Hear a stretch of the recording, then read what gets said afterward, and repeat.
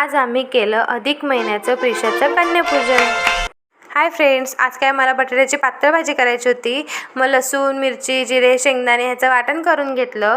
बटाटे स्वच्छ धुवून घेतले, ते छिलून घेतले आणि त्याला बारीक बारीक अशा त्याच्या फोडी करून घेतल्या।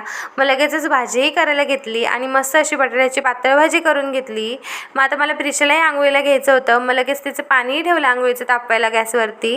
पाणी तापेपर्यंत तिला तेल मालिशला घेतलं, तिला तेल मालिश करून घेतली तिची आणि आंघोळही घालून टाकली। मग काय तिला झोपी घालायचं होतं म्हणून झोक्यामध्ये घातलं, पण मॅडमचे काही झोपायचे लक्षणच नव्हते। मग काय तिला कवरही झोका देत बसले।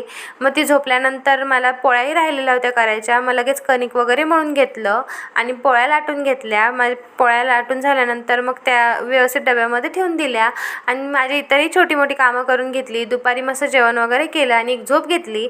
आता मला ना डेकोरेशनची तयारी करायची होती। मग मस्त असं डेकोरेशन करायला घेतलं। तर मी असं छोटंसं डेकोरेशन करून घेतलं। मला नक्की सांगा तुम्हाला डेकोरेशन कसं वाटलं ते।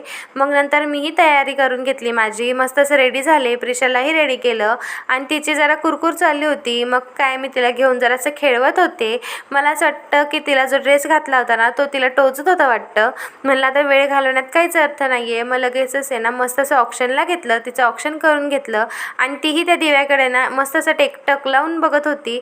मग काय लगेचच गुलाबाच्या पाण्याने तिचे पाय वगैरे धुवून घेतले। मस्त असं तिच्या पायांना हळद कुंकू लावून घेतलं आणि मग काय गुलाबाच्या पाकळ्या वगैरे तिच्या पायांवरती टाकल्या। मस्त अशा तिच्या पाया वगैरे पडून घेतल्या आणि हे सगळं करताना ना इतकं भारी वाटत होतं ना आणि खूप प्रसन्नही वाटत होतं, खूप छानही वाटलं।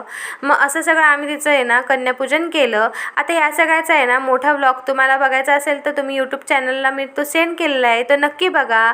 तर असा होता माझा आजचा दिवस। Bye bye.